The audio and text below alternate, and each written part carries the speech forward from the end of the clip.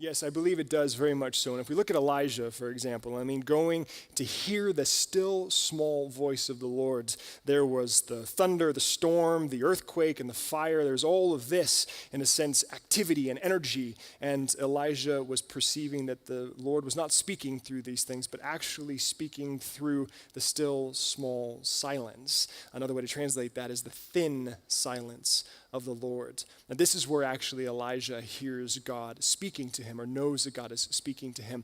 And I think that very much so, there's in a sense, I think, a balance between how we talk about God, theology, our words, our metaphors, our images. C.S. Lewis talking about getting ideas and thoughts into people's minds.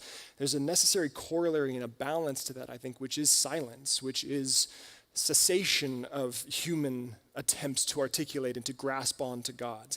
In the Christian tradition, there's two different ways of going about this, two different forms of theology. One's the cataphatic, meaning using images, using words, using metaphors to try and encapsulate God, to understand God, to describe God. Doctrine, theology comes from this.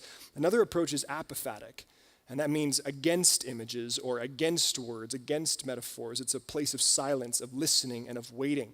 And I think in the biblical text, we see a balance between these things. We see people engaging God, wrestling God. The Psalms are full of wrestlings with God, but we also see these prophetic people who are moving, in a sense, to places of silence, into the wilderness, into places like a cave, where there is darkness, where there is silence, where the sort of human attempts to grasp God fall away, and we sit in silence. And throughout the Christian tradition, there's a great emphasis, the mystics move us in this direction as well, the consistent emphasis that God is so far beyond us that we cannot grasp God with our human intellect. And I think there's a balance there. I think we as humans need words, we need ideas, we need images, we work in that space, we live in that space, but it needs to be counterbalanced in a sense with places of silence, times of silence, a cultivated, silent, listening posture in our lives, I believe. So I think C.S. Lewis was on to that, and I believe it's very, very nourishing for us in the midst of our oversaturated and over-inundated and overly loud